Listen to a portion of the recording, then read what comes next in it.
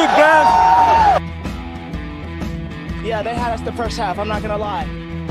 Oh, could be Wayne. I think I got my swagger back. Oh. I love it, baby. Them orange britches. Something about them orange britches. Tennessee wins! By Tennessee, Jawan Jennings. Jennings makes the catch. Ball hit high in the air into right field. Going back is Sayre. And Tennessee can say hello, win column. A grand slam in the bottom of the ninth. You can't draw it up any better. We just won a basketball game, and we're very happy right now. McGrath for the win. He got it. If you don't like college football and you watch this one, I'm not sure what your problem is.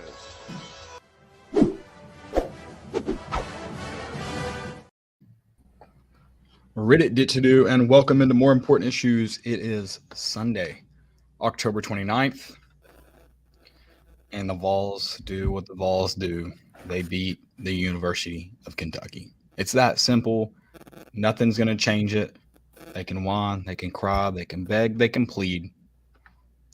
Vols beat the Cats. Sorry about it. Yeah. The scratch wasn't a good enough scratch, I guess. Yeah, they're scratching. For sure.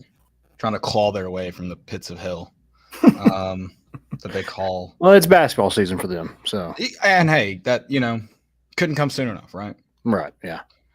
Good for them. Move on. They're just waiting on. They knew this day was coming. They knew it was going to be the Tennessee game. As soon as they lose to Tennessee, then they start going to basketball season. Yeah. I mean, they had playoff hopes for sure. And those were just dashed last night. So, I hate that for them. To all my Kentucky friends. That 3 straight losses for them? Missouri and who else? Georgia. Oh, yeah, I guess they did play Georgia. Yeah, in that stretch.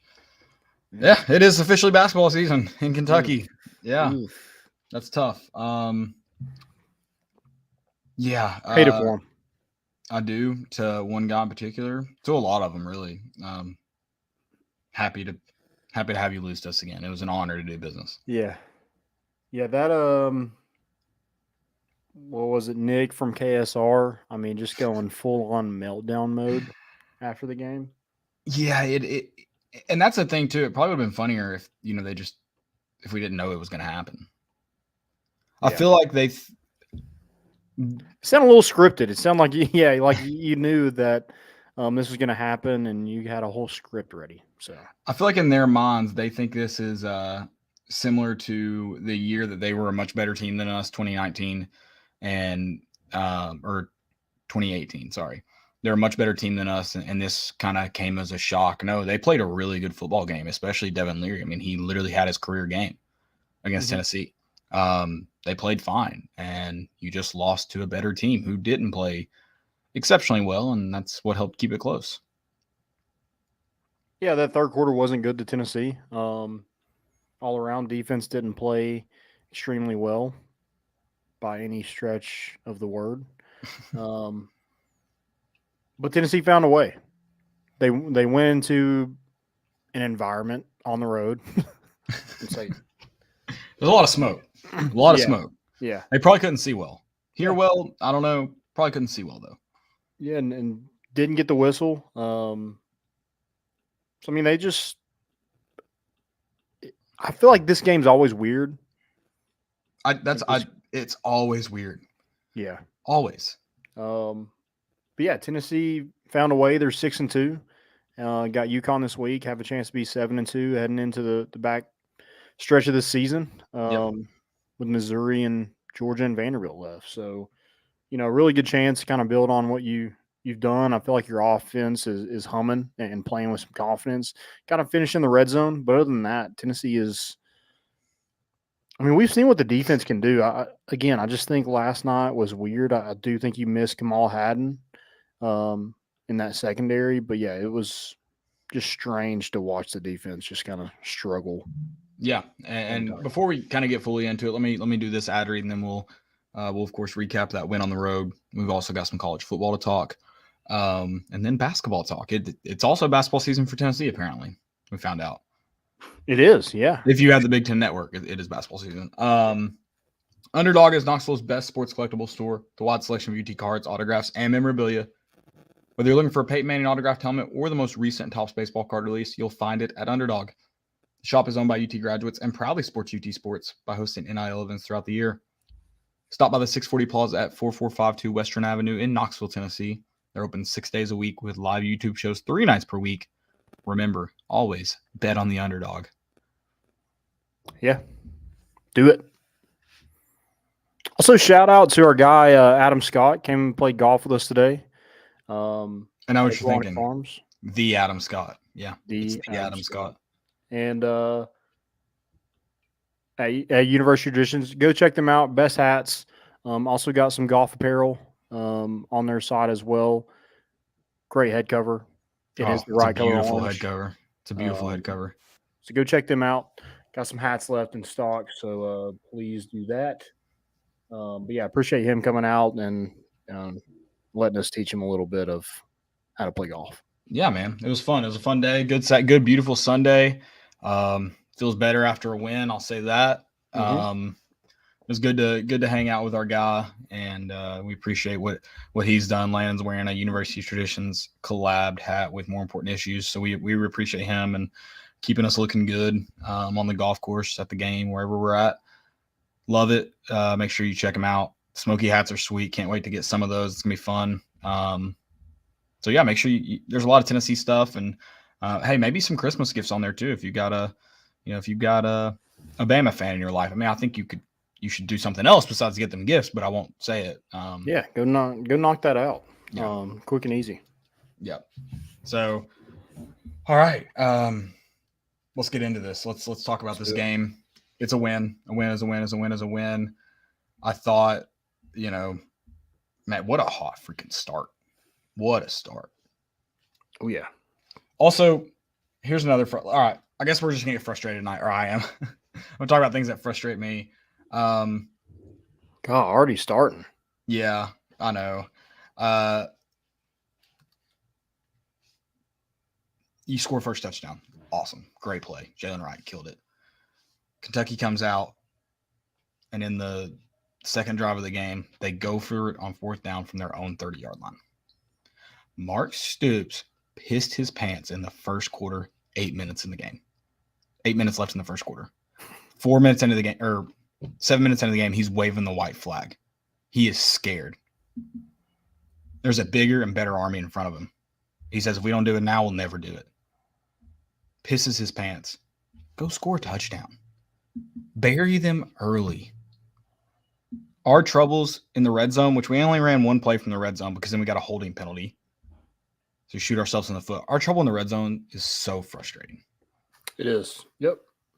He pissed his pants in front of everyone on national TV, and you let him off the hook. You let him off the hook. He's got blonde hair. He's a grown man. It's unacceptable.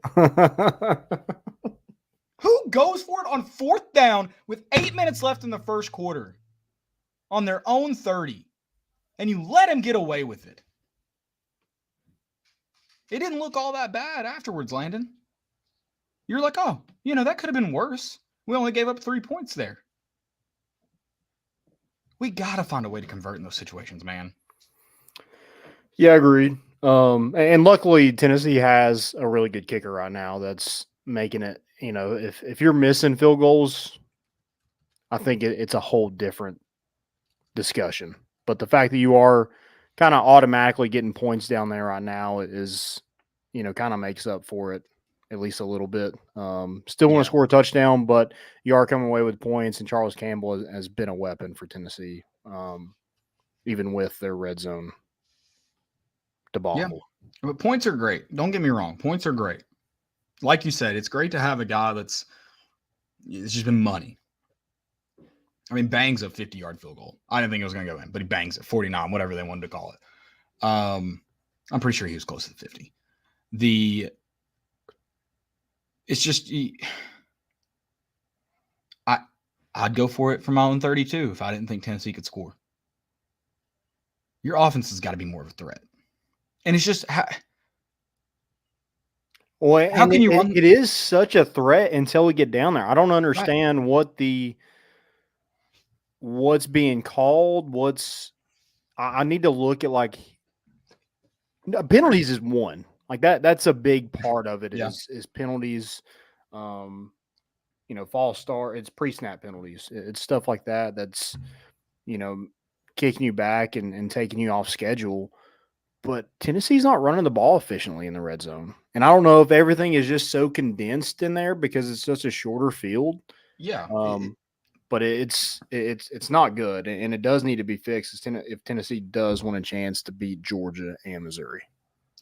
Yeah, and a chance to beat. I mean, yes, those teams. It's a requirement, but it makes it harder to beat teams like Kentucky when you don't do that well. Mm-hmm. This game ends up being really close, but if you score those first 2 trips to the red zone, this is a completely different game. Not only score-wise, the landscape of the game changes. You're up 21-0 early. And instead you have to settle for 2 field goals. It's 13-0 or 13-3 at one point, sorry, because Kentucky went down on their second drive and kicked a field goal. It's 13-3, and the landscape of the game is they're very much in it instead of 21-3 and what it should have been. Yeah. Gotta find ways to score. It's probably a lot different if your passing defense could stop a nosebleed. Yeah. That's and listen, I'm all with dog in our secondary, but our linebackers who played really well for most of the season, they're atrocious in pass coverage. They do you no favors. It's weird. I was watching some replays last night, and as I was rewatching the game today, and it's like we drop back just to drop back. Like we don't look for anybody in our zone. And by the time we look for them, they're leaving it and you're beat. Yeah. Yeah, it's like we're waiting for him to throw to find somebody to try to cover. And that's get to your zone, and then your head's got to be on a swivel to look for a guy's coming in or leaving it. You got to pass people. Find somebody to cover. If no one's in your zone, find somebody to cover. Yeah. But the pass rush wasn't great. Officiating has a lot to do with that too. And I'm sure we'll get to that. But you're not helping your pass rush out if you're not covering anybody that's 5 to 10 yards down the field. Yeah, there were a lot of times they were able to get rid of the ball very quickly. Yeah. And I'll complain about officiating, honestly, just to prove the point of I will complain about it even when we win.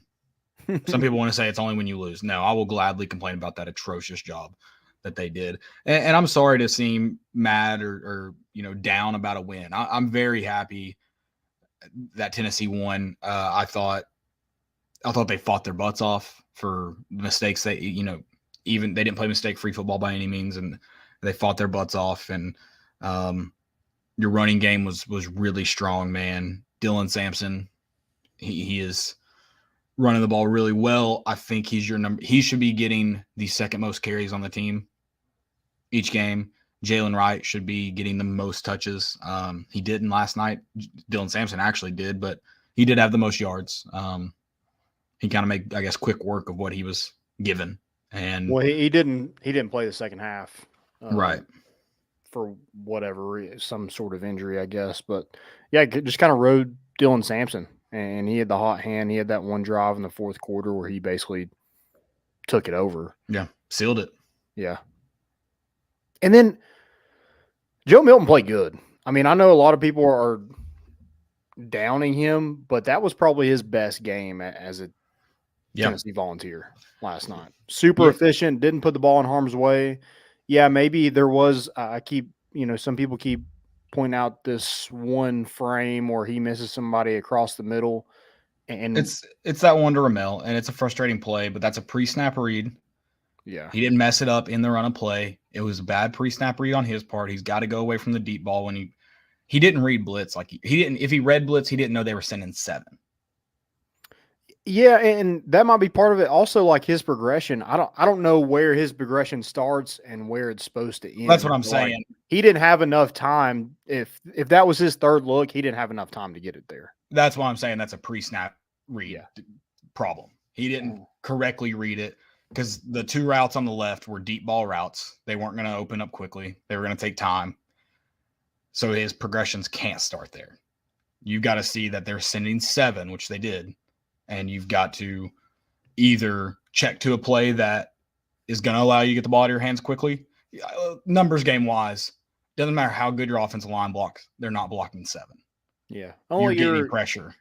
It really didn't matter how much they brought because your Correct. left tackle got whooped, and that was the guy who got home. So yeah, they could have brought one person, and he's. I thought it was a guy up the middle on that play. To Ramel that ran that little short dig. Okay, maybe I think it was a guy up the middle. But I don't know if he stunted or what. Whooped too. He may have, but they sent 7, and you're never going to block that. Doesn't matter how good you're playing. So yeah, it is Joe Milton's quote unquote fault, but he didn't throw it up like he did against Florida when that happened. But it's a prior issue. It's not. He's got to be quicker. He's got to know that blitz is coming, and he's got to throw something quick and short. It's that simple. But he ran the ball efficiently. He threw it efficiently. I mean, the guy had 3 incompletions, and one should have been a PI on score wide in the end zone. Yeah. So I thought he was efficient. He had open receivers. He was flush out of the pocket a couple of times, made some throws on the run, especially that one to Dante Thornton. When they called his number to run the football, he ran it well. I think there is some times where he goes down too easily, but also like you're a quarterback, don't take unnecessary hits. You got to find that fine line. But and he's on the plays that he's got to get the first down. He's getting them before he goes down easily. Exactly. He's not going down easily just to go down easily now. Yeah. He's playing smarter football now. While yes, I agree, if it can be 2nd and 3, 2nd and 2, and him go down without getting touched, I would almost rather say do that. Yeah. Whereas if it's if it's going to be 3rd and 5 going down easily, yeah, fight it. Try to get a first down or get to close to the sticks. It's being smart and situationally aware. And again, while I think there's times he doesn't have to go down easily, I think he is at least playing smart football now. Yeah. And we can't sit here and praise Devin Leary for how good he plays and not, say the same about Joe Milton. Joe Milton had a better QBR than Devin Leary did. And Devin Leary threw for 372 yards. Yeah, I think that's something to note when we talk about the officiating on a single hold being called again. Devin Leary had a career game. Meanwhile, Ray Davis was held to the lowest amount rushing he has had this year, while Devin Leary also conveniently rushed for his season high last night. I tell you all those stats, Landon, and you're going to guess that Kentucky didn't get called for a hold a single time.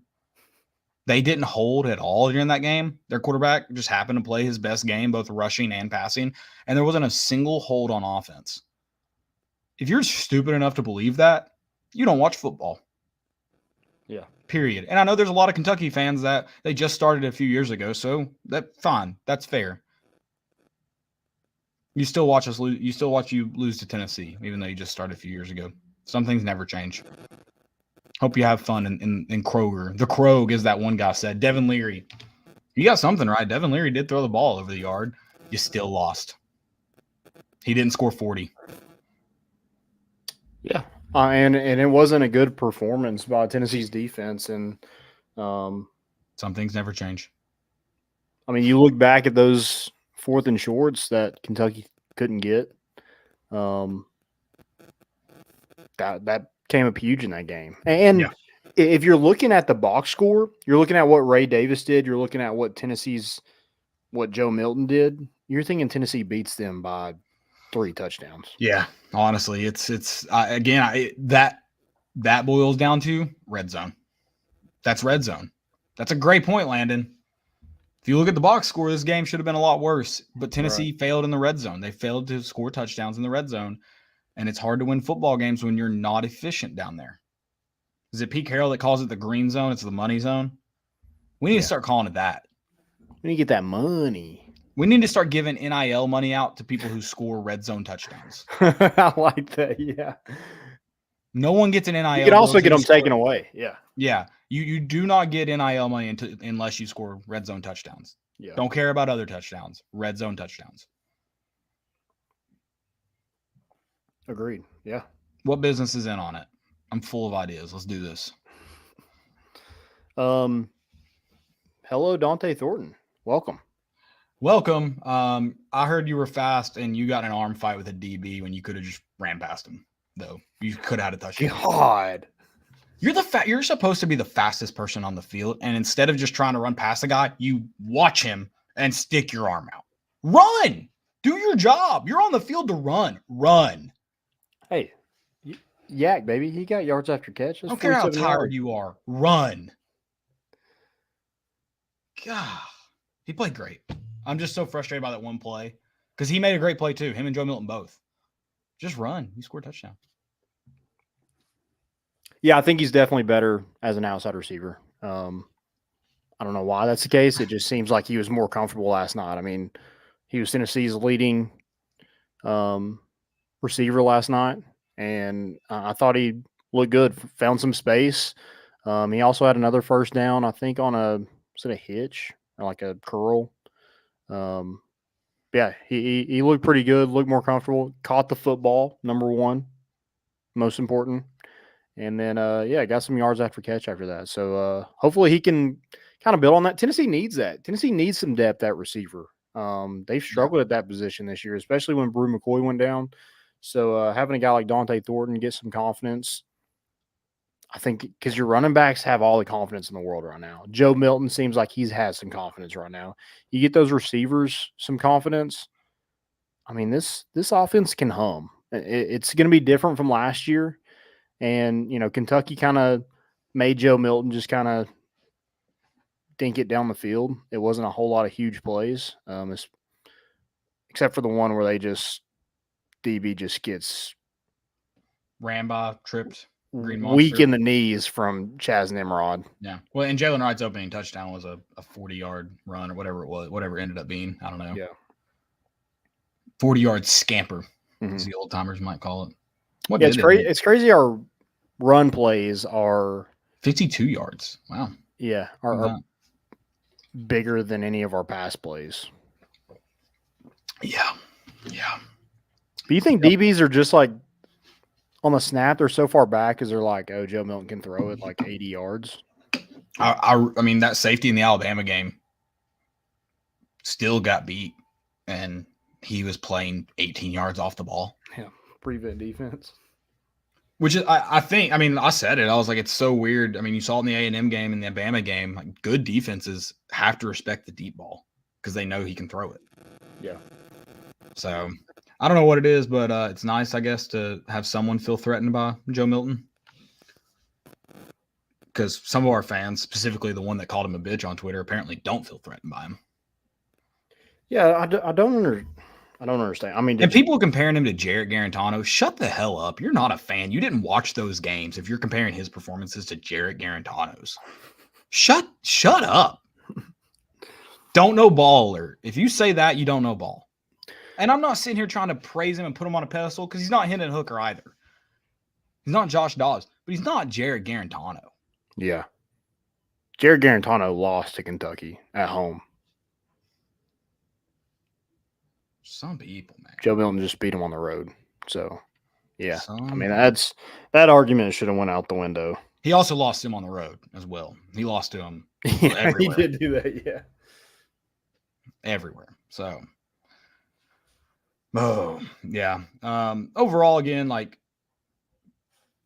I think a lot of people, myself included, were a little worried about the game last week and how you lost, how that might impact this week. Because it's emotional, it's tough.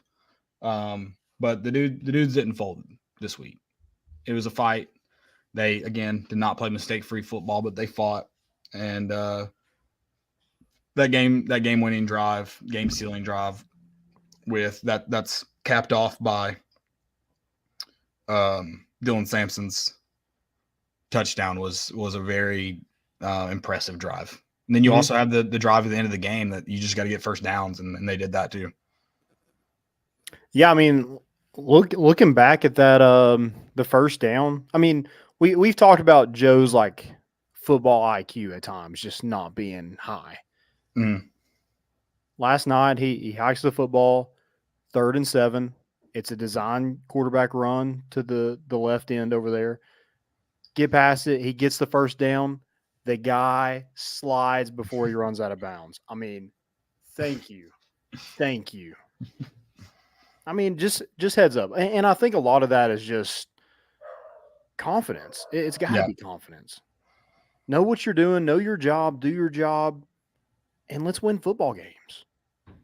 Yeah, and you have a best friend in those running backs to lean on, and it's okay if you're not the hero. Yeah. You don't have to. We don't need you to be. We need you to be efficient and play exactly how you did last night, and all is well. Like, if Tennessee plays like that, that offense has a chance to be in any game. Yeah, they're playing. Now, defense has to step up, but offense played well enough to be in any football game. Right, but they just need to be more efficient too. When your defense gives you chances, so they put you in good field position, you need to take advantage of that. Yeah. They played good. They played good enough to win. 33 points is going to win you a lot of football games. Don't get me wrong, but they need to take advantage when the defense does play well. Yeah. You got plenty of wins left on the schedule. You still gotta earn them. A few of them you gotta earn. One you gotta really earn if you want a chance in that one. And after yesterday, man, I was hoping that offense would slow down with Brock Bowers out. I think it somehow got better. Yeah, what the hell? I don't know. How we lost to Florida will haunt me forever. But it doesn't matter. We're past it. I don't even care anymore. I don't. Let's talk about defensive side of the ball a little bit. I thought the defensive line, I mean, they stopped Ray Davis, which is their leading rusher in the SEC. I think touchdown-wise, maybe not yardage-wise anymore because of what Tennessee was able to do to him yesterday. But, yeah, they took that away. That's what Kentucky wanted to do. They put it on – I mean, we talked about this on – was it Thursday? That Tennessee just make Devin Leary beat you. And yeah, I guess that he almost did. But he gave you a good run. But I mean that he's been pretty much horrible. Yeah. He's statistically one of the worst quarterbacks in the SEC, and he did have a career game. Tennessee didn't play extremely well, especially in the back end. But I thought the defensive line played well. They took away what Kentucky wanted to do. Couldn't get home a whole lot, and part of that was there's a lot of factors to that. Tennessee's just got to figure out how to get home. Yeah, they do. I mean, I told you, James Pierce is obviously getting held a lot, but there's plays that he's not getting held, and he's getting frustrated. He's got to find more creative ways to get around guys now. He's got several creative ways, but they're not all going to work, and you just got to fight through it because it's obvious you're not going to get the calls. They're not going to favor you for whatever reason. I did check. I believe Georgia didn't get called for a live penalty yesterday against Florida. So yeah. I know we're in Neyland, but don't expect friendly calls against that team, no matter where you're at. So another tough one. Tyler Barron, man, dude's fighting and scrapping, and he can't buy a whistle. I think we've seen him in chokeholds back-to-back weeks. Yeah, he must have assaulted Greg Sankey or something. I don't know. Did he pee on somebody's car or in somebody's gas tank, or just pee on the front steps of the SEC office in Birmingham? Like, what is going on? Yeah, no clue what's going on. It's very frustrating. It makes it harder to get home. Makes it harder to have an efficient pass rush. But I will say this: if you're listening, go ahead and get out a notepad for me. 205-458-3000. That is the SEC offices in Birmingham. I would like to apologize to a lady named Grace Sanders. Grace Sanders, that is who you want to talk to. She has nothing to do with officiating. She is the director of officiating administration, but Greg Sankey made sure that she was one of the few people with officiating in her title. And since she has officiating in her title, call her and talk to her until Greg Sankey wants to quit being a coward and put someone that should be doing their job with the officials, put it in their name title. He won't do it. So call Grace Sanders. She's happy to speak with you, I heard. Just ask for her and tell her what your thoughts are. So sorry, Grace. It's your boss's fault if you get calls tomorrow or this week. Tell Greg Sankey to do his damn job.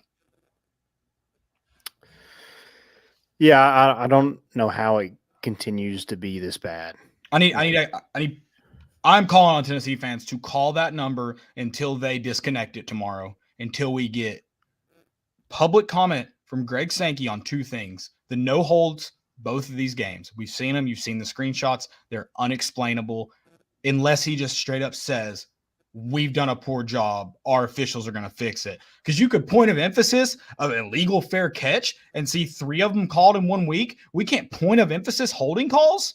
You can't call the officials and go, hey, guys, we've got a lot of screenshots where we're missing some really bad holds. Let's maybe look out for them. Yeah. But by God, we're going to get those illegal fair catches right. Another comment there for Greg Sankey. I would like to explain, I don't care. Illegal fair catch, whatever. Call it. Doesn't bother me. It's not, but call it. Not going to argue with you. Josh Heupel thinks it was D. Williams, or CBS thinks it was D. Williams. Josh Heupel thought it was on Jeremiah Telander. Don't care. Whatever. It's an atrocious call. Don't care. The spot. It's not in the rule book anywhere, Landon. It's not in the rule book anywhere. I've read it. And I just have to ask the question that if we caught that in the end zone, is that a safety? Because if it isn't, then the ball should have came out to the 25 just the same. And then the 5-yard penalty for an illegal fair catch, that's 20. The ball at the 20. And we're playing. It's stupid. Yeah. It makes no sense. It's getting very frustrating that they can do whatever they want with impunity. Officials they're not held to standards at all. They say they suspend crews. Bullshit. You don't. And if you do, it's ineffective. They're held to 0 standards, and Birmingham gets to decide what plays they want to review. Sorry, not even Birmingham. The whole sport gets to decide what they want to do and when they want to do it with no one to answer to. Not just in the Tennessee game, the Cal USC game, they come out in the third quarter and go, oh, there should have been 1 second on the clock. USC gets to kick a field goal with 1 second remaining in the second quarter. They kick it and then move on to the third quarter. You called the half, which that one, okay, at least the game's still going on. They didn't bring the teams back out on the field for it. But what? Yeah. What about when the Ramel Keaton review, we had a 5-yard gain? I see this all the time. And then you have touchdown reviews where subs have gone in and out, and you've got an umpire standing over the ball, waiting for the ball to get snapped to see if you can review the play. If we're going to do that, just halt play and review them all. If they get to decide what they want to review and when they want to review it, regardless of if a play happened or not, then just review them all and stop play. We get a 2-minute water break between each play. So the SEC refs in Birmingham can get every angle of every play they want because they're going to stop the next play regardless. Yeah. I've seen it too many times. It's happened in Tennessee too many times. It doesn't matter when they get the whistle in, when they call the review, then why are we even doing it? Well, I just don't understand. There's a lot of things hurting college football right now. The officiating and the rules and these, not just the officials, but the conferences getting to operate however they want to operate outside of the rule book. It's making the game worse. Yeah. A lot worse. Well said. It just, I don't know. I mean, that one on Warren Burrell was horrible. The fact that we get up and snap it on the Ramel Keaton, and no whistle has been blown, nothing. I mean, Mark Stoops is... They blew it. They tried to blow the play dead before we got tackled to go back to review it. Yeah. And if Mark Stoops wants it reviewed, call your timeout then. You can have it reviewed. You don't get to wait on the booth if you want to see it reviewed. Exactly. The point of review is your advantage is if you can get to the ball quickly and snap it before it's reviewed, then you get your play. Like again, they're operating outside of the rules. They're operating outside the rules. It's that simple. They get to do whatever they want. They get to control the games at a level that it should not be allowed. Yeah.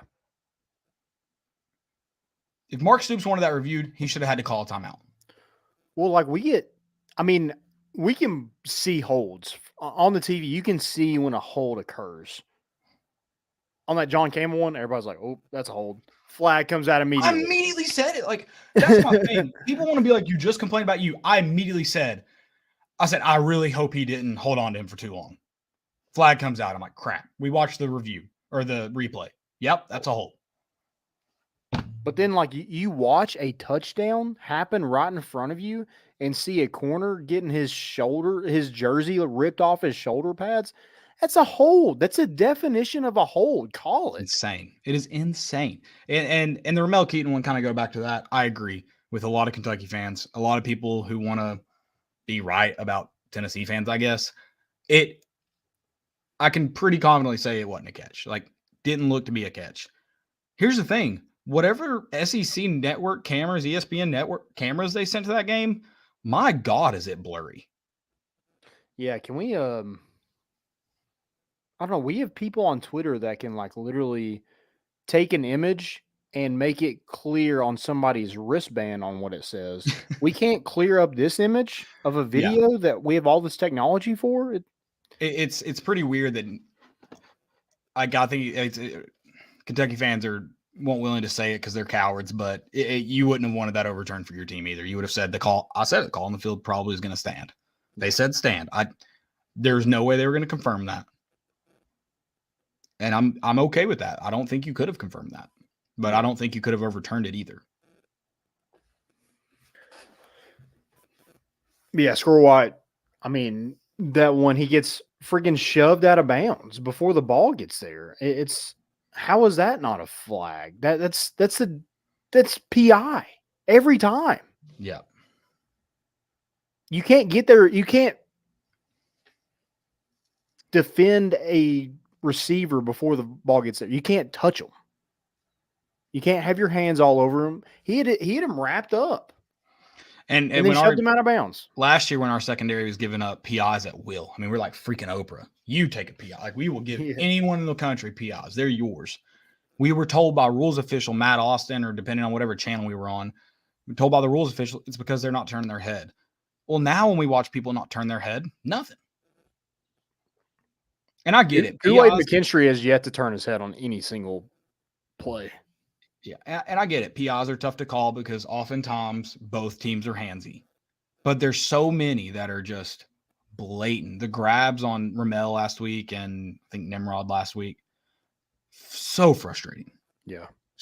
Where they're not fighting with their hands. They're just getting grabbed. They're trying to go after the ball and they can't get there because they're getting held. It's insane. I've said it. I'll say it again. Gabe Giuliani held was that Burton? But we don't get the same benefit with Squirrel. That was kind of ticky-tack too. I mean, it was a hold, but it was also dumb of him to, if you're going to hold him, you can't grab his jersey as he's getting away from you. Yeah. Like, it was a dumb hold. It wasn't as egregious as Brandon Turnage's last night. Golly, dude. What do I think of our secondary, Ronnie? I don't know what's worse, our secondary or the officiating. Yeah, I mean, I think that's a good toss-up competition. I think they've played pretty well up until the last 2 weeks, but it's been a rough go for them, and I think there is a lack of depth issue at that position. Losing Kamal Haddon was huge. I just don't think you have a lockdown corner right now, and I mean, Kentucky's passing offense is not good statistically up to this point, but they had a day last night. They had a day. And everybody was getting mossed. It was McDonald. It was McCullough. I mean, Brandon Turnage didn't look great. Gabe Giuliani's given up first down catches on curl routes. Okay, kind of also related to the passing game too. No matter where Ray Davis is at, backfield, out wide, guys, can we identify him? Because they're going to try to get him the ball. That it wasn't really a jet sweep. I'll call it to him that scored a touchdown. We all knew where that ball was going. Yeah. Except the guys on the field. Well, it should have been 10 yards back, but. So frustrating, man. But win is a win. Win is a win. A win is a win. Also, You're allowed to be frustrated during a win for some fans and parents. You're allowed to be frustrated in a win. That I'm just now realizing, all three of our running backs had a catch last night. I don't remember when the last time that happened. It might have been last week. I don't know. But it just seems like a stat that doesn't happen very often. Dylan Sampson had a nice little route too to get. Yeah, on third down. That was a huge gain. Yeah. Let's say he had 4. Wow. I thought he had 2. So, wow. Yeah. But yeah, the secondary's got to be better. The linebackers got to be better in coverage. Defensive line has to get home. Just not a great night. Yeah. Defending the pass. I do think this helped prove my point. I'm all in conspiracy theories. I'm still building towards my South Carolina did, in fact, still Tennessee signals. I'm still building on that. But this does prove my point of people are like, how do you explain Spencer Rattler going off in the Tennessee game? And do we forget that quarterbacks are notorious for having their Heisman game against Tennessee? And that this one just kind of helped prove that point and verify it. So, but yeah, I mean, we can say Mark Stoops stole signals too. If we want, I'm down for that. Yeah. But Devin Leary put some passes on the money last night. Yeah, he threw some good balls. The one it was when they kicked the field goal to make it a 1-score game. On that third down, it was like 3rd and 9 maybe, and they picked up like 7 yards. I don't know how Warren Burrell doesn't. I think he actually touched the football and it landed right in Barron Brown's chest. Right. And if they hadn't stolen Tennessee signals, he probably would have never been able to make that call. So I think we just start just saying everyone stole our signals. Win or lose, they had our signals. It's all laminated piece of paper. At what point is it slander? We need a lawyer. Guys who impressed? I know we talked about some, but we can. Yeah. Running backs, I mean, take your pick. Even, Jabari Small, obviously, not a career game for him or anything, but I thought he ran the ball well when he was called upon. So that entire running back room was impressive. Obviously, your standouts are Jalen Wright and Dylan Sampson, who helped secure the game, but the running backs continue to play really well. I'm throwing that. I mean, there's a lot of guys I think you can pick, especially on offense, but I'm gonna put the running back room in my guys who impressed category. Okay. Yeah, I gotta go with Joe. Again, just efficient, did everything he was supposed to do, didn't have any just crucial mistakes. Scored a touchdown. That one to Chaz Nimrod, but also just made plays with its legs, got out of the pocket, made plays from outside the pocket, and I don't think he's Hendon Hooker, but I don't think any of us, if you really watched last season, thought Hendon Hooker played every game perfect. Right. So I don't know why we keep harping on perfection with Joe Milton. I mean, he in the past 2 games he's thrown 74. He's completed 74% of his passes. Yeah, he's played good. Yeah, he's played well. Defense side of the ball, and I know the stats aren't going to show it necessarily. Dude, Tyler Barron just continues to, in my opinion, just get better and better each game. Yeah. His ability to be, to create pressure and penetrate from different positions on that defensive line, I think he's just a huge asset to this defense. And I know he's not getting home a lot, but he's also, he's getting physically assaulted every time. Yeah.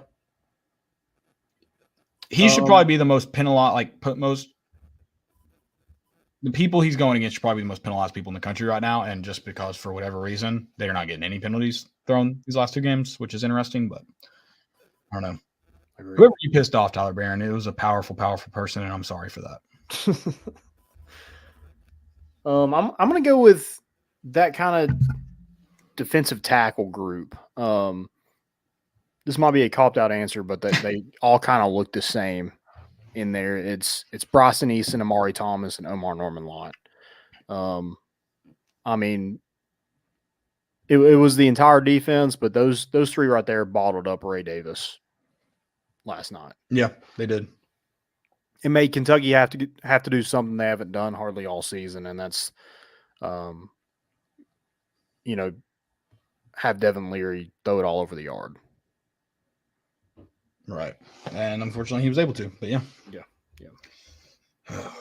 Also, Elijah Herring.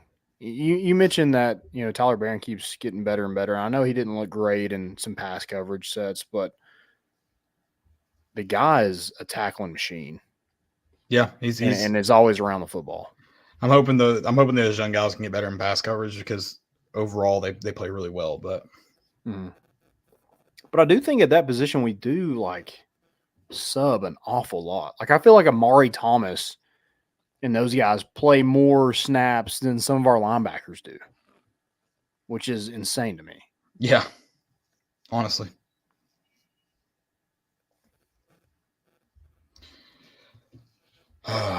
Then Dante Thornton. I mean, Yeah, credit to him. Nice seeing him for sure. yeah, I think that's big for the offense to have him carve out a role of some sort. Right. And then specialist, baby. Hey, Those kickers can kick. It is insane after the Virginia game where, I mean, nothing. There were nothing alarming about Charles Campbell in that game, but Josh Turbyville and Jackson Ross, like, not their best performance by any means. My God, are they weapons now, though? Oh yeah. Also, hey, Barry Brown only had one opportunity to bring it out. He really shouldn't have brought it out. You know, he got hurt on that play. Yeah, did our job. Did our job. I was looking. Charles Campbell did have a 50-yarder last night. Oh, okay. I thought Tennessee said no. They said 49. Oh, They called it a 49. Okay. It was. I think they should have given the benefit of the doubt. If you're not writing 49 and 2 yards or 49 and 2 feet on there, then he should get credit for 50. In my opinion. Okay. Yeah. Yeah, he had a 44, a 49, a 34, and a 35-yarder. Career high field goals in a game. I love it. 4 for 4. Kid was. I shouldn't say I love it. I don't love it, but You love that Charles Campbell's doing his job. exactly. Yes. Same. Ditto. Field goal unit on point. Yep. Was there any injuries? I don't know. Usually, like, it goes to break before anybody really. Yeah. I didn't know if Jackson Lampley went down any this week. Is it Lampley or this year? Or is it that was last year, right? Who was it this year? Is it Dane Davis? Is it Dane Davis? I think it is. Lampley I think, was. but Dane Davis is playing a lot this year, so maybe Yeah. not. Maybe it's back to Jackson Lampley. I don't know. I wonder how you get picked. I'll go down for if you need me. I'll go down. Yeah. I might actually intercom. I might actually get hurt, but Yeah. if not, I'll go down. Oh, all right. Anything else for this game before we move on? Rinse, repeat, and then UConn. Nope.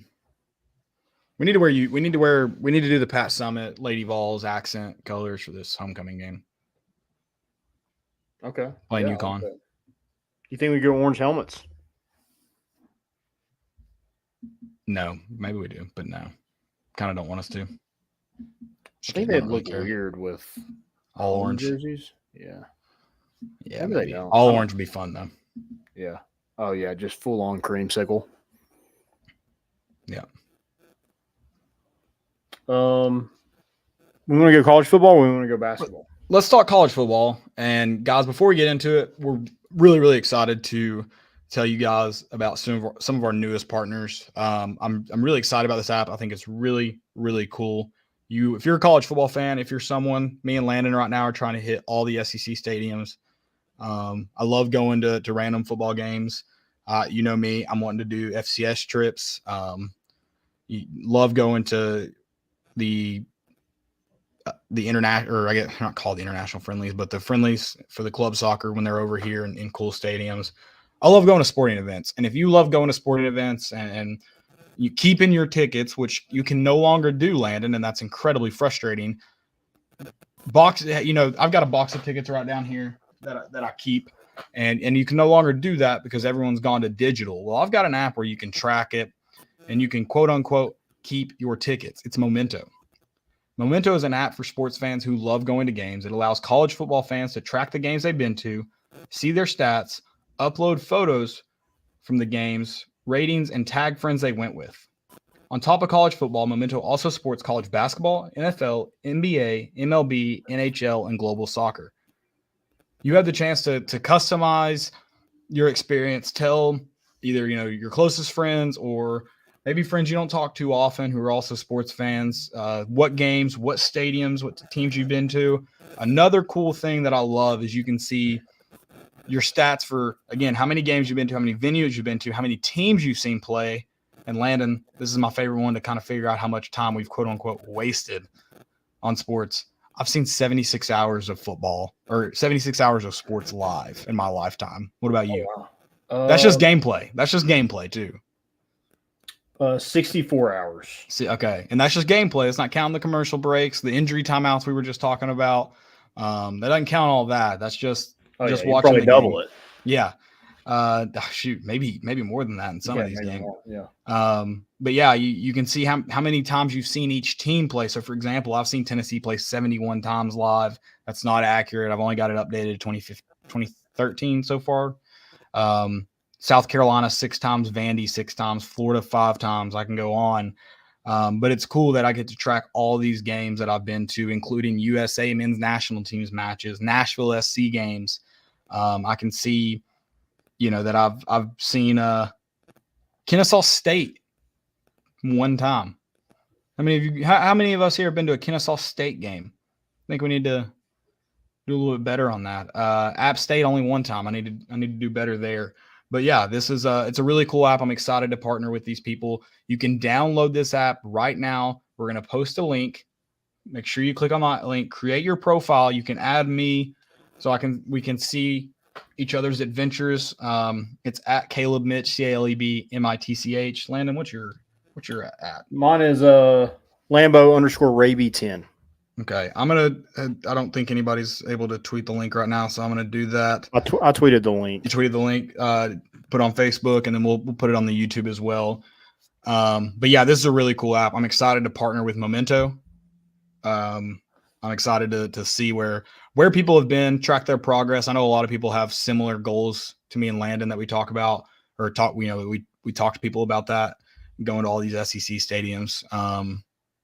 And then, who knows, maybe we'll make some people jealous. Yeah. So. See how much you can get. I think it's especially really cool right now because the paper ticket just isn't a thing. Mm-hmm. So with everybody going digital, it kind of help you keep track a little bit. You can actually print this stuff off, and you kind of customize it a little bit. It tells you the score, and different stuff like that. So I think it can be cool in this day and age where paper tickets just aren't a thing to help you remember the game. This is kind of help in that regard. So yeah, download that app. Memento, do it now, and add me. Yeah. College football. Tough week betting. Well, not really tough week for our locks. I'm up pretty good. I had some good bets put in this week, thankfully. So not a tough week for betting.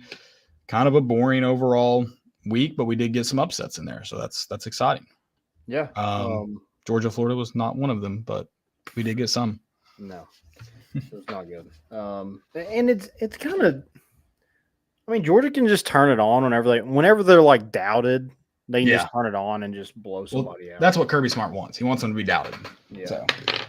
Ohio State 24-10 over Wisconsin. Florida State takes care of business. Washington has a struggle fest with Stanford. Don't know really what that's about. Oklahoma choke job down 14-0. Kansas comes all the way back, or Oklahoma comes back, starts putting it on Kansas, and then just craps the bed. And don't really know why. Their quarterback couldn't really throw. Kansas couldn't. And then every time Oklahoma threw, I watched this game, so this is why I know so much. And I just know ball. But Dylan Gabriel, every time they made him throw a pass, he would complete it.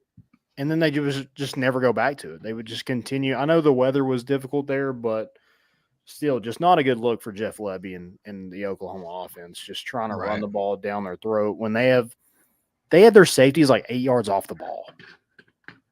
That's how non-threatening their offense was throwing the football.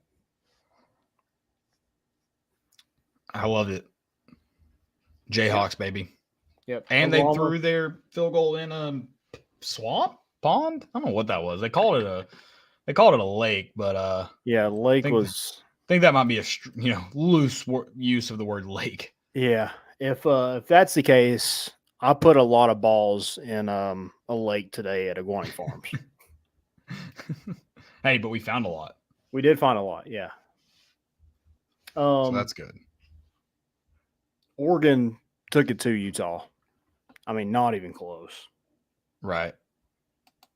We were given, some of us had the over in that game, and I think it was looking good, but Utah just crapped the bed. So that's on them. They should reimburse us for that bet.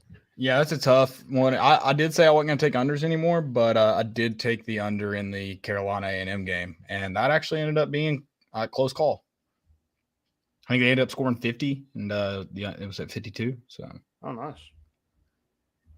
Oregon State lose to Arizona. I think Arizona plays a different quarterback every time I see them play. Well, worked out for them this week. Yeah.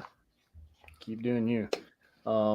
Vanderbilt scored 7 points against Ole Miss. We all know Ole Miss doesn't really like defense, so I think that tells you a lot about Vanderbilt. Notre Dame just takes their frustrations out on Pittsburgh 58-7. North Carolina, what are you doing? Ooh. You know what's crazy about the Georgia Tech game? Look at this box score. Georgia Tech scores 0. They score 24 in the second. They score 0 in the third and 22 in the fourth. The even quarters just destroyed North Carolina. Yeah. They should probably try in the fourth quarter like Shane Beamer. Yeah. Dude, did you hear his latest press conference? No, but I called him Sheemer, and I think that's a great name for him. Sheemer, okay. Yeah. Accidentally, yeah, Sheemer. He said, my guys, they're fighting like crazy, man, and we're shorthanded with all the injuries. But man, I wouldn't want to be a coach anywhere else. I'm like, dude, shut. He's like, they compete their tails off. It's like, dude, you got whooped. And you scored first. You jumped on A&M, and you suck. Yeah. A&M sucks too. We need to note that. I don't know if suck's not the right word. I'm sorry. Yeah, it was a good win for us. Okay. But A&M, it's funny to me because a lot of national media writers who claim to know ball thought that Jimbo Fisher would drop the ego just because Bobby Petrino's coming to town. And for some reason, they couldn't foresee the absolute just shitstorm that would follow with those two egotistical maniacs in the same room. And it's been fun to watch. Yeah. Which, to be fair, they probably wouldn't be all that bad if Connor Wegman hadn't gotten hurt, but he did. But yeah, it's just they're not a championship caliber team. I'll tell you that. Yeah. Can we get USC out of the top 25? I mean, they are horrible. They won 50-49 because Cal missed on the 2-point conversion. Cal was 3-5. They are not a good football team at all. They had someone protesting before their game too, and I stand by. If you delay a college football game for protesting, if you delay a college football game for any reason, you should be sentenced to death immediately. We should get to watch your hanging since the game's delayed. It should be delayed for your hanging, and that's it. Okay. What was the protest for? Do you know? I'm sure it was something that's going. One of the issues, I don't mean to diminish any issues going on right now, but I'm sure it's one of the issues that the media is going crazy over. Pick one. Yeah, pick one. And I know this shows more important issues and you're confused why we don't talk about those issues because the most important thing in life is college football. And when it's not, it should be. And I'm sick of these people gluing themselves to the floor or whatever they're doing and ruining God's gift to this earth. We only get so many a year. Let us this is a peaceful protest. Let us watch football in peace. Yeah, that's all I want. In fact, if you want me to side with you on any issue, you keep people from delaying the game, and I'm on your side. I don't care what it is. You can be pro anything or anti anything. I'm in if you keep people from delaying the game. People want to hate security guards, Landon. You know what security guards do? They keep people from delaying the game. I'm pro security guard. I'm especially pro security guards that don't do their job. But I'm also pro security guards that do their job and knocks somebody's head off. Yeah, I that definitely runs put, across the field. I definitely put myself in a pickle because oftentimes they don't do their job. But yeah, don't delay college football games. And I don't care what college football game it is. It could be the worst one of the weekend. It's still college football, and we only get so many of them. Don't delay the game. I would like them to protest an Alabama game just to see how mad Nick Saban gets on the sidelines. Like, he might fight them. While I do think that would be funny, I would actually fear for their lives. Yeah. They're not making it to that jail. No. There will be a convoy of Alabama fans that load up the shotguns from their trailers because their TVs aren't working properly because of these people, and they will meet that paddy wagon well before they get to the county jail. I mean, Harvey Updike, he poisoned a tree landing for shigs. You don't think he'd kill someone over delaying an Alabama game? That's true. He would. Didn't he die? Did he? I feel like he died. Yeah, he was probably poisoned.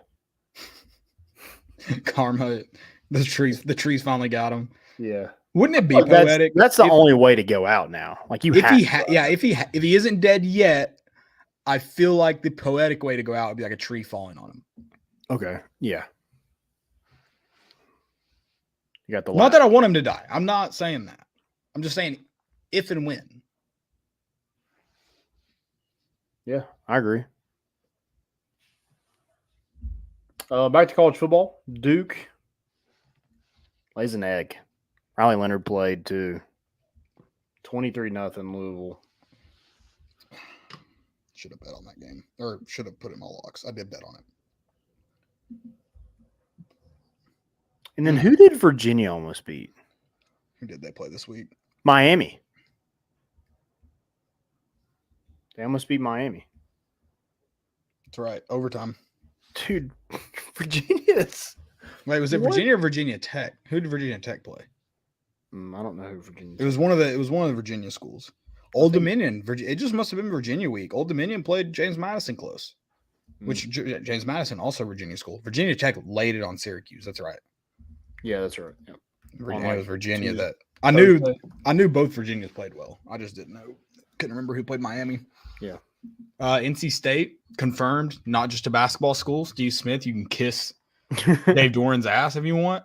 I'd pay good money for that OnlyFans account. I love that. Oh, that's awesome. I also love the fact that that was set on College Game Day. Also, Steve Smith might kill you. That was a noon game, or was that a 3:30 game? What time was that game at? I just love that college football coaches are at heart just football dudes, most of them. I can't say that for all of them. And so, like fans, if they can, they're going to sit down and watch College Game Day. And I love that. Yeah. I want to know what coaches watch it and get mad. Obviously, you have Dave Doran proved it. Who's I hate Kirk Herbstreit. He always picks the other team. Or I hate Pat McAfee because he always picks the other team. I want to know who those coaches are. They don't hate them for any other reason other than they never pick their team. Is Dabo Swinney ever going to be on the hot seat? They're 4-4. Are you saying he's going to hell?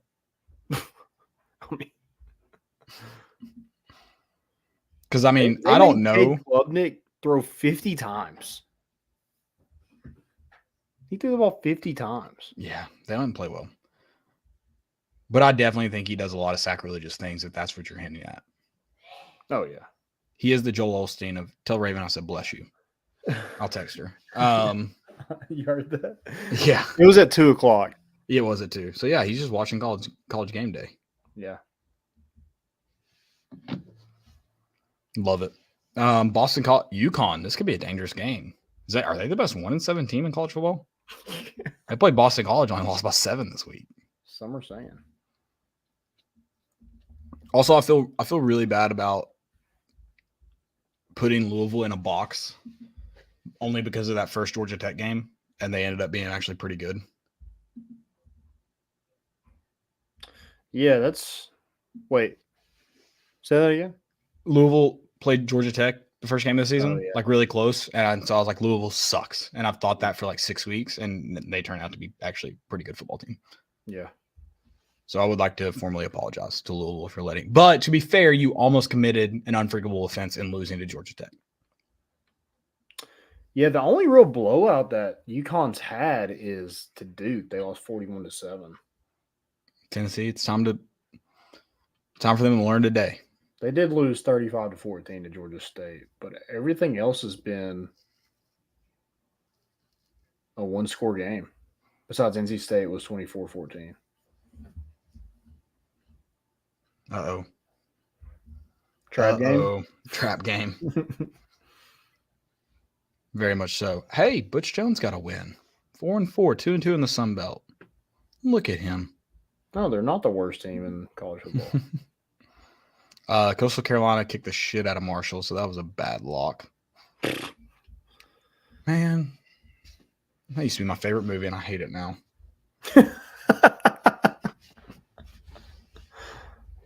That is such a good movie. Do what? Did it really used to be your favorite? No, not my favorite. We did, we talked about some of the better football movies. I kind of forgot about We Are Marshall. That's a very good football movie. Yeah. All right. Anything else for college football? No. Can I talk about We Are Marshall real quick again? Sure. There's several scenes in that movie that, tear jerkers. The two that really get me. The scene when, he goes over to when he's at the board meeting, he goes over and the whole school's out there, like the whole town's out there.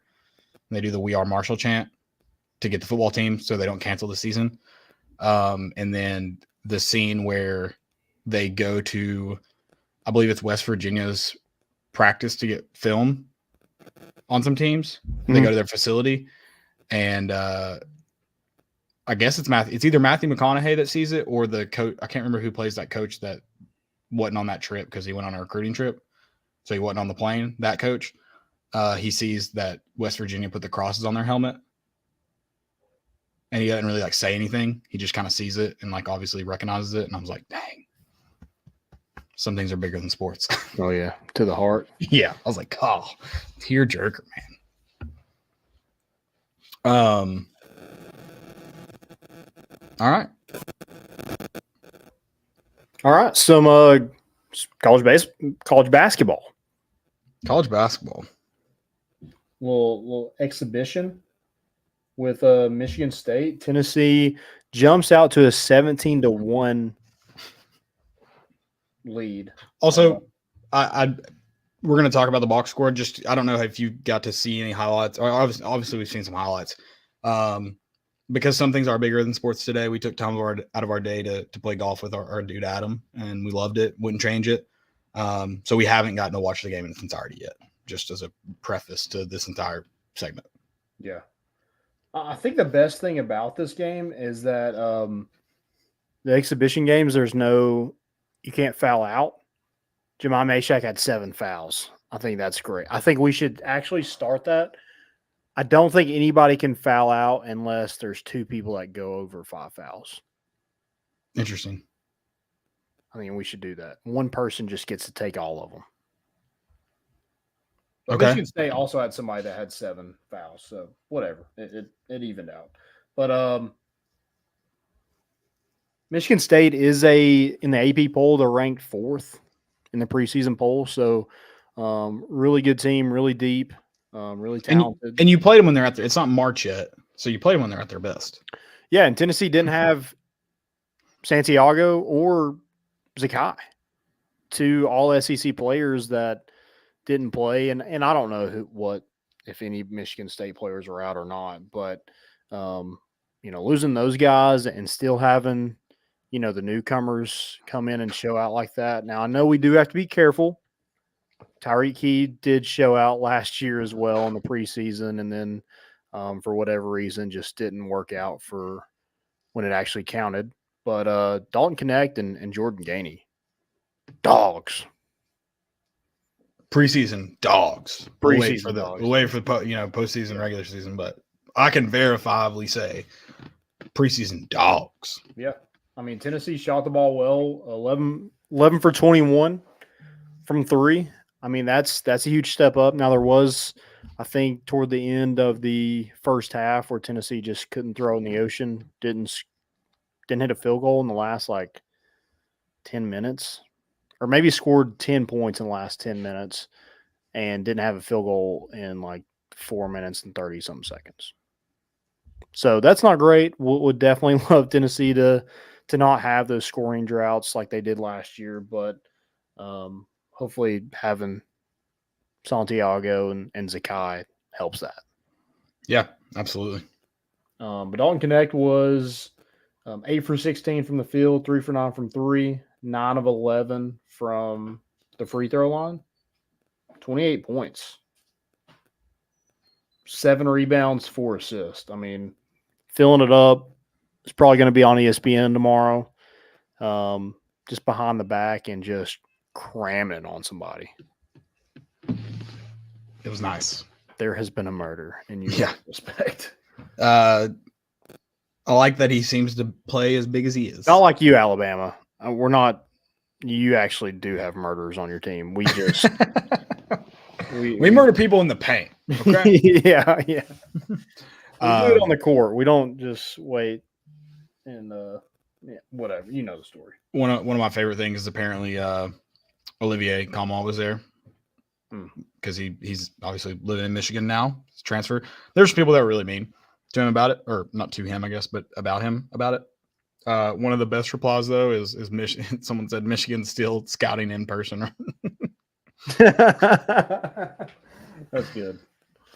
Yeah. I don't really have anything to mention on that. I mean, cool. He went to go visit his teammates. He did kind of dip. So I see both ends. I don't think you should just bash the kid. I mean, he did go support them, I guess, but well, there's no reason to. It's really weird. Yeah. But also, everyone wanted him to leave. Why are we now mad that he left? Yeah, I'm just very confused. Yeah. Whatever. That was I think it was a healthy divorce. Who cares? Yeah. I think we can all be friends after. Right. That happens in some divorces. They become friends after. Maybe this is that same case.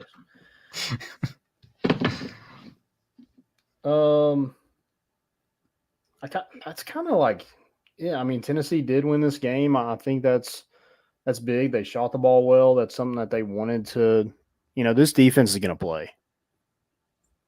I just think you need better shooting. You went out and got it apparently with Jordan Gainey and Dalton Connect. And yeah, I would like our free throws to be better. 26 for 36, not my favorite. But so is Michigan State. So whatever. Yep. I'm excited for basketball season to roll around. Not that I'm trying to get there or anything, but basketball season's been fun lately. I hope this one is too. Yeah. Preseason SEC champs. They can never take that away from us. Selected. Yeah. Turnovers got to be cleaned up. Again, two of your primary ball handlers are out. You did have 20 turnovers, I think 14 in the first half. So not great, but if you're on 17, if it's 17-1, I guess who cares about a turnover? We did have some questions regarding that from our guy, Ethan Cundiff. I'll go ahead and get to that real quick. That way you can answer that. I can find it. It is a question for tonight's pod, takeaways from the basketball exhibition. And we had some football questions, but I'll let you you want to talk about the Say that again. I'm sorry. any takeaway for the basketball game? No, I'm gonna try to go back and watch it tonight. I mean, other than it's good to be a good basketball team in an exhibition, in any game, regardless of what it is. I think my big takeaways are that right now are that your transfers are going to benefit. It looks like you're going to benefit from your transfers. Sorry. Yeah, and I do think it is good to go on the road and do that. With some newcomers kind of leading the way for you. I think that does make me feel pretty good about that. And it apparently was a hostile environment from what I read. That 15,000 were there. Yeah. So maybe that accounted for some of Tennessee's turnovers, but yeah, good to see the newcomers, especially guys like Jordan Gainey and Dalton Connect that came from lower programs where, I mean, 15,000 at a game that probably never happens. So good to see them kind of show out in that environment is kind of my biggest takeaway. I want to see this team more. I want to see them at full health. But I do love that. Hey, maybe we can shoot the basketball this year. Sounds good to me. Yeah, I hope we can. Truly hope so. And then he asked thoughts on the play calling yesterday. I really liked how we're starting to call more RPOs and standard quarterback draws. It's opening up the pass more, in my opinion.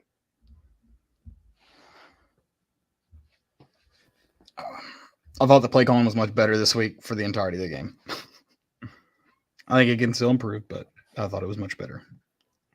Yeah, no, there wasn't really any head-scratching plays for me. Maybe the 3rd and 7 quarterback sweep wasn't something I would just do, but it worked. So I mean, they get paid a lot of money to know more football than me. So whatever. Yeah, they do. Yeah, I'm still gonna complain. Don't care. Yeah. Prove me wrong, please. I beg you.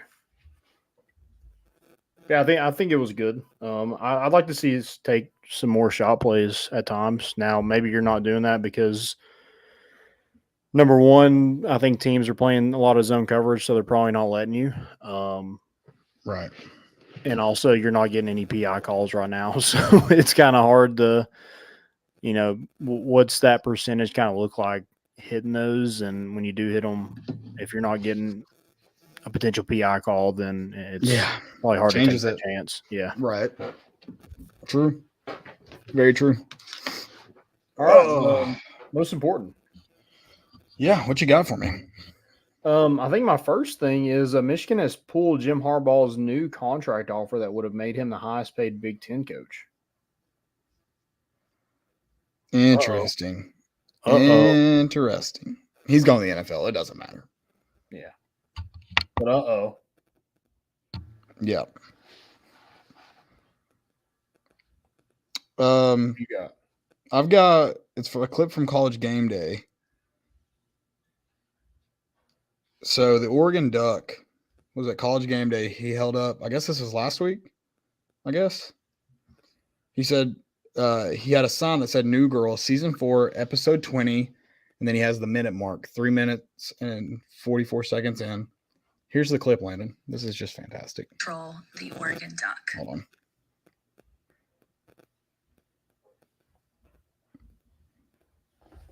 I think I saw Here it is.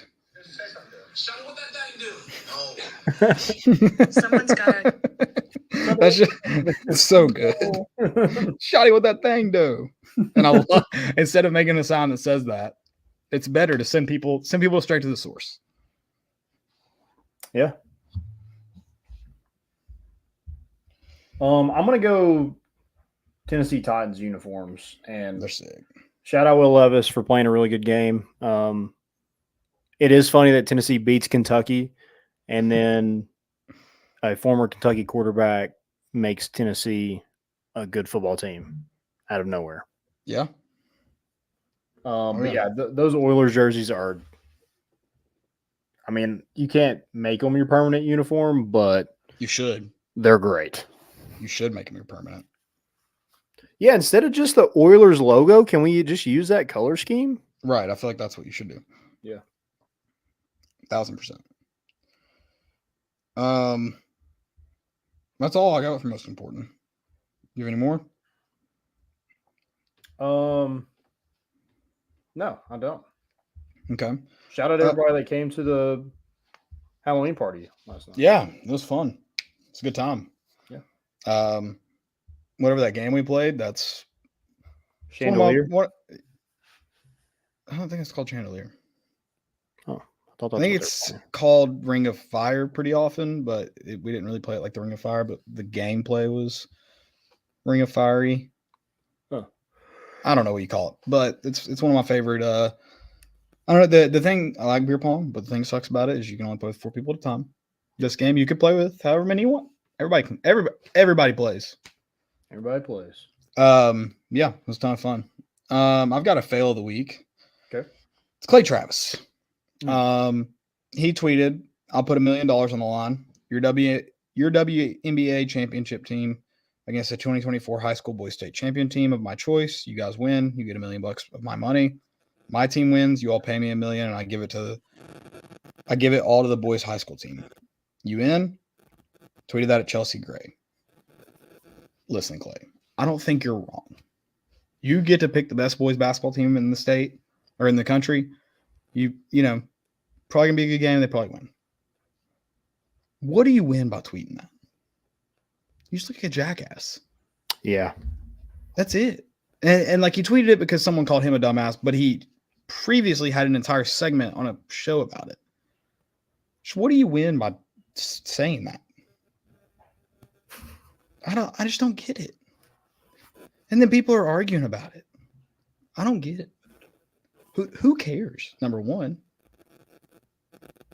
It's just the dumbest argument, the dumbest thing to have. I don't know why you have it. Don't know why you say it. And then he's like, I'm right. No one cares. I mean, obviously there's some dumb people who care, but those people are dumb. Why do you care about their opinion? Yeah, and those teams are never going to play. So ever. Like, and then he's like, I'll put up $1 million. I'll put up $1 million. They don't care. They're not going to do it. They don't care. Shut up. Yeah. So annoying. He tweets the dumb stuff. Yeah, I mean, most of us just get a reaction out of everybody. Right. But, for sure. So.